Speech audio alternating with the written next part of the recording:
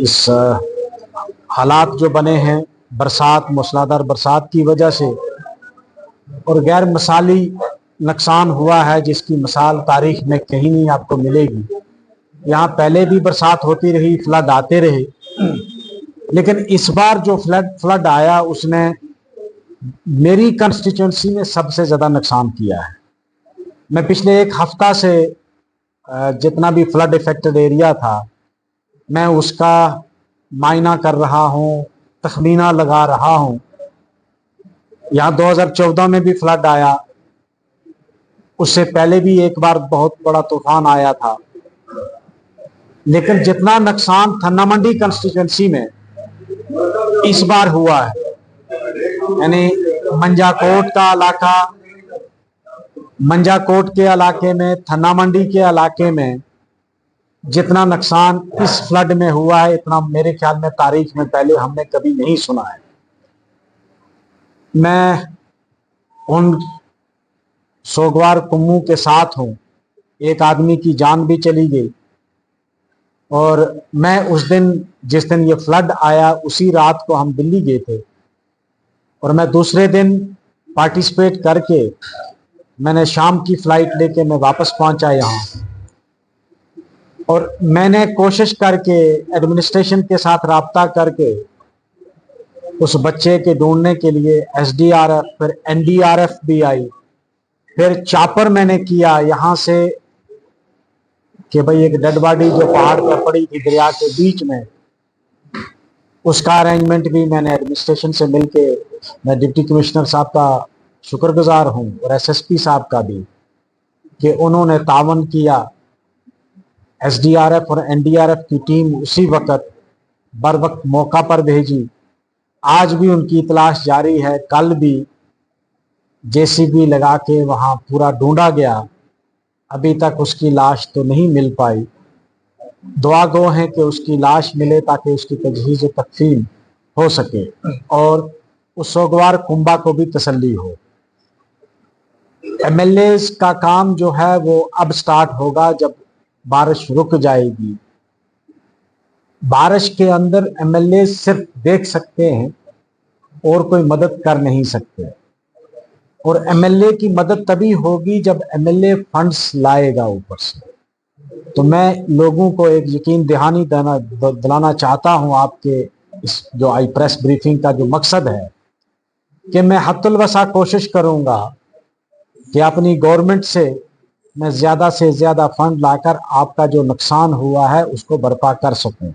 मुझे पता है कि हज़ारों कनाल ज़मीन जो है वो बह गई है, धान की ज़मीन बह गई है, मक्की की ज़मीन बह गई है। मैं रास्ते में आज आते हुए भी देखा कि ये थन्ना मंडी का जो नाला है, इसके इर्द गिर्द जितनी धान की ज़मीन थी वहाँ अब दरिया ही दरिया दिखता है, ज़मीन नाम की कोई चीज़ नहीं है। यही हालत कल मैंने गंभीर मुगला के इलाका में भी देखी कि जहाँ रोड कंप्लीटली बह गई है और इलाका कट होके रह गया है।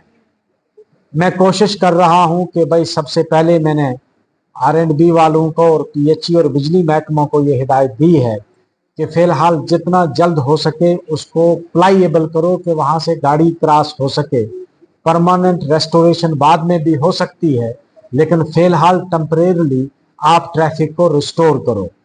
अब कुछ जगह तो ऐसी हैं कि जहाँ ट्रैफिक को रिस्टोर करने के लिए भी अभी टाइम लगेगा, क्योंकि वो सड़क लेके दरिया चला गया है और वहाँ कोई और ऐसा रास्ता नहीं है कि उस दरिया को क्रॉस करके रोड को कनेक्ट किया जा सके। उसमें थोड़ा बहुत टाइम लगेगा। कुदरती बात है कि अगर आपने वाल चढ़ा के रोड वहां से गुजारनी है तो वाल एक दो रात में नहीं मुकम्मल हो सकती। थाना मंडी मैंने आज मार्केट का दौरा भी किया, यहाँ भी बहुत नुकसान हुआ। पुराना थन्ना में बहुत नुकसान हुआ, हमने देखा वहाँ खड़े होके। और यहाँ जो शादरा शरीफ साइड रोड जाती है यहाँ बहुत नुकसान हुआ। वो जो बाईपास की रोड थी वो बह गई है, मेरे ख्याल में बंद हो गई है। अब उसको भी अभी रिस्टोर करने के लिए मैंने कल एक्जियन को हिदायत दी है कि भाई जल्द अज जल्द उसको रिस्टोर किया जाए। मेरी कल चीफ मिनिस्टर साहब से फ़ोन पर बात हुई है मैंने उनसे भी गुजारिश की है और उन्होंने कहा है कि रेस्टोरेशन के लिए मैंने पैसा रिलीज किया है डिप्टी कमिश्नर साहिबान को। तो आपके रजौरी पुंछ के जो डिप्टी कमिश्नर्स हैं, मैंने उनको पैसा रिलीज किया है कुछ, कि फिलहाल आप सड़कों को रिस्टोर करो, पानी को रिस्टोर करो। पानी का जहां तक मामला है, इस इलाके में बहुत सारे ऐसे पंप हैं, क्या नाम है, बोरवेल, और उनके जितने भी टैंक थे, बिल्डिंग्स थी, ट्रांसफार्मर, वो दरिया लेके बह गया है। अब जाहिर सी बात है कि उसके लिए बड़ी रकम मुआफक है, ज़रूरत है, मुआफक रकम की ज़रूरत है, जो अवेलेबल अभी तो नहीं है। वो भी हम चीफ मिनिस्टर साहब से जाकर मिलूंगा, मैं जितना जल्द हो सकेगा मैं चीफ मिनिस्टर साहब से अपॉइंटमेंट लेके मिलूंगा कि उनको रिस्टोर करने के लिए टाइम ज़रूर लगेगा, लेकिन तब तक हम कुछ टेम्परेरी पानी का अरेंजमेंट किया जाए। जिस तरह आपका ऐती एरिया है, आपका बद्दा करना बहरोड का एरिया है, जो लिफ्ट जितनी भी स्कीम थी वो दरिया के किनारे पर थी, वो स्कीम पूरी दरिया लेके बह गया है। तो वहां समझ लो कि नए सिरे से अब वो स्कीमें दोबारा इंस्टॉल करनी पड़ेंगी और उसके लिए मुआफक रकम की भी जरूरत है। यही हालत बिजली का भी है। बिजली टेम्परेरली अभी रिस्टोर तो की है, लेकिन बहुत सारे पोल्स और ट्रांसफार्मर जो हैं वो दरिया लेके और पसियां लेके बह गई हैं। उसके लिए भी मुझे लगता है कि हिदायत दी गई है। उस दिन जो मिनिस्टर साहिबान आए थे यहाँ, हमारे डिप्टी सीएम साहब भी आए थे, राणा साहब आए थे, सतीश साहब आए थे, उन्होंने डिपार्टमेंट्स को ये हिदायत दी है कि जल्द अज जल्द इनके डीपीआर बना के हमें भेजे जाएं ताकि हम आपको रकम रिलीज करें। मैं हर मौका पर आपके साथ रहूंगा। एक चीज और मैं कहना चाहता हूं, यहाँ बहुत सारी एक र्यूमर एक फैलाई गई है कि थन्ना मंडी के शायद एमएलए ने ग्राम सभा का प्लान को चेंज किया है।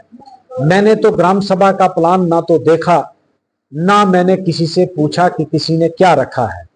हमें लास्ट स्टेज पे ये कहा गया, और ये सिर्फ एक थन्ना मंडी के लिए नहीं था, ये पूरे जम्मू कश्मीर में जितने भी लेजिस्लेटर्स थे, कि इस वक्त पंचायत है नहीं है, पंचायत का टर्म खत्म हो गया है, तो ग्राम सभा इलेक्टेड रिप्रेजेंटेटिव सिर्फ एमएलए है। तो उन्होंने ये फैसला किया कि आप एमएलए से भी लिस्ट ले लें। हमसे भी लिस्ट मांगी गई और फिर ग्राम सभा से भी लिस्ट मांगी गई। अब हमें अभी तक वो प्लान वापस आया नहीं।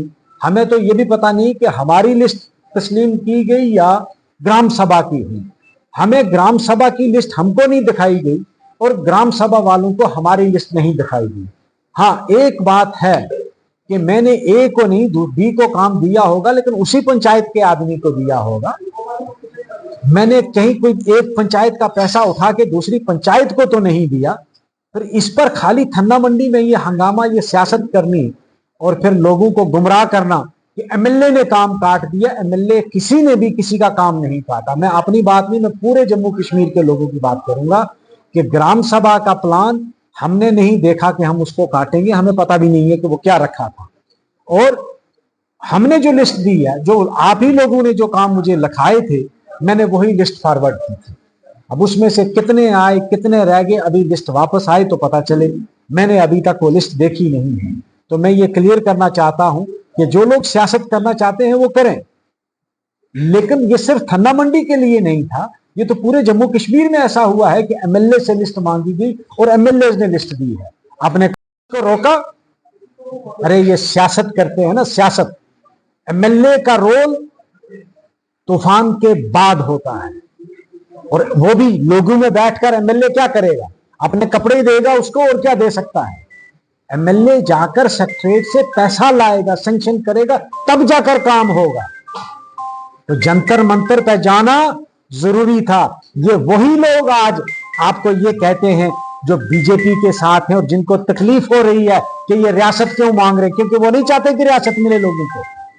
वो दबे अल्फाजों में कहते हैं, ओपन वक्त नहीं कहते हैं कि हमें नहीं चाहिए, लेकिन उनकी क्योंकि बीजेपी ने ही तो ये बेड़ा गर्क किया है सारा। वो कैसे कहेंगे कि तुम रियासत मांगो जाकर जंतर मंतर पर? और जंतर मंतर पर धज्जियां उड़ाई इनकी, इनको अपना वादा याद करवाया, तो इसमें क्या हर्ज है? अरे भाई, ये इसी प्लैंक पे तो मैंने, जो मेरे वोटर थे उन्होंने मुझे, मैं जब एयरपोर्ट पे मैंने फोन किया 2-4 लोगों को, उन्होंने कहा आप जाओ जंतर मंतर पे, वो हमारी नस्लों के लिए है, हमारी नस्लें वरना गुलाम रहेंगी। यहां आकर आप बारिश नहीं रोक सकते हो, ना आप दरिया रोक सकते हो। आप जंतर मंतर पे जाओ, आप वापस मत आओ। अब ये उन लोगों ने जो कल भी मेरी मुखालफत करते थे इलेक्शन में, आज वो तो करेंगे ही करेंगे। पीडीपी वाले हैं तो वो भी जंतर मंतर पे नहीं गए, उन्होंने भी मुखालफत करनी है। बीजेपी वाले हैं तो वो भी नहीं गए, क्योंकि वो नहीं चाहते थे कि नेशनल कॉन्फ्रेंस जंतर मंतर पर जाकर हमें हमारे झूठों का खुलासा करे, उनके झूठ का पोल खोले। तो बीजेपी वालों ने तो मेरी मुखालफत करनी है, वो तो कहेंगे। लेकिन मैं रात को पहुंचा, दिन को जंतर मंतर अटेंड करके शाम की फ्लाइट से वापस आया और सुबह में 9:30 बजे में रजौरी था। लेकिन यहां रहकर क्या मैं रोक सकता था इसको? वो तो पहले भी लोगों के लिए ही था और लोगों के लिए ही है। मेरे पास जितना फंड है, मैं सारे का सारा जितने ये फ्लड विक्टिम्स होंगे मैं उन्हीं में तकसीम करूंगा, जिसका जो नुकसान हुआ है। समाजात हैं, जिस तरह फ्लड एंड इरिगेशन में बहुत जरूरत पड़ गई है, पीएचई में जरूरत पड़ गई है, आपके बिजली डिपार्टमेंट क्योंकि तबाही हो गई है, इलाके के इलाके बह गए हैं, ट्रांसफार्मर बह गए हैं, तो बिजली डिपार्टमेंट से जो पैसा आएगा मैं कोशिश करूंगा कि आप लोगों की मदद की जा सके। बाकी मैं ये भी नहीं कहता कि भाई जिसका जितना नुकसान हुआ है उतनी, बहुत सारे लोगों के मकान खत्म हो गए हैं। मकान में मैं कोशिश करूंगा कि उनकी जितनी मदद हो सकती है, जो रूल के अंदर प्रोवाइड होगा, मैं कोशिश करूंगा कि उनको मदद करूंगा। देखिए, आप तमाम मीडिया वाले जितने भी साथी हैं, आपका बहुत बहुत शुक्रिया कि आप लोगों ने इस मौसमी इतनी जो सूरत हाल इस वक्त खराब है, उसके बावजूद आप लोग हमारे साथ यहाँ तस्वीर बनाए। हम सब के लिए बड़ी खुशी की बात है कि ऑनरेबल सुप्रीम कोर्ट के senior designated advocate Muzaffar Iqbal Khan साहब, जो साबिक जज और इस वक्त के एमएलए, हमारे खन्ना मंडी दरहाल मंजाकोट कंस्टिट्यूंसी के एमएलए, हम सब के बीच में मौजूद हैं। आज की प्रेस कॉन्फ्रेंस करने का मैं इसके बारे में आपको छोटा सा एक ब्रीफ करना चाहता हूं कि एक्चुअल में प्रेस कॉन्फ्रेंस रखने का मकसद क्या है। एमएलए साहब ने पिछले एक हफ्ते से कंटिन्यूसली अपनी कॉन्स्टिट्यूंसी के अंदर जो है वो विजिट कर रहे हैं। हमारी प्रेस ब्रीफिंग का मतलब यह है कि आपको जो खास करके जो प्रेस वाले आप साथी आए हैं, आप खुल के हमसे किसी भी रिलेटेड जो है वो सवाल कर सकें। पिछले कुछ दिनों से हम देख रहे हैं कि चंद लोग जो है वो इस हमारी जितनी भी कोशिशें हैं, एमएलए साहब की कोशिशें हैं, जो भी इस सारे सिस्टम को बहाल करने के लिए, खास करके जिस फ्लड से हम जो है इस वक्त दो चार है, हमारी पूरी कॉन्स्टिट्यूंसी ना के पूरी स्टेट, लेकिन उसके बावजूद भी कुछ लोग अलग किस्म के एलिगेशन लगाते हैं। एमएलए साहब मौजूद नहीं थे, या ये नहीं था, वो नहीं था। तमाम जितने भी सरकारी दफातर हैं, वो जितने भी एडमिनिस्ट्रेशन है, वो एमएलए साहब के साथ कांटेक्ट में है और कंटिन्यूसली विजिट कर रहे हैं। बाकी एमएलए साहब खुद ब्रीफ करेंगे, देन आफ्टर जो है आप मीडिया जो है वो सवाल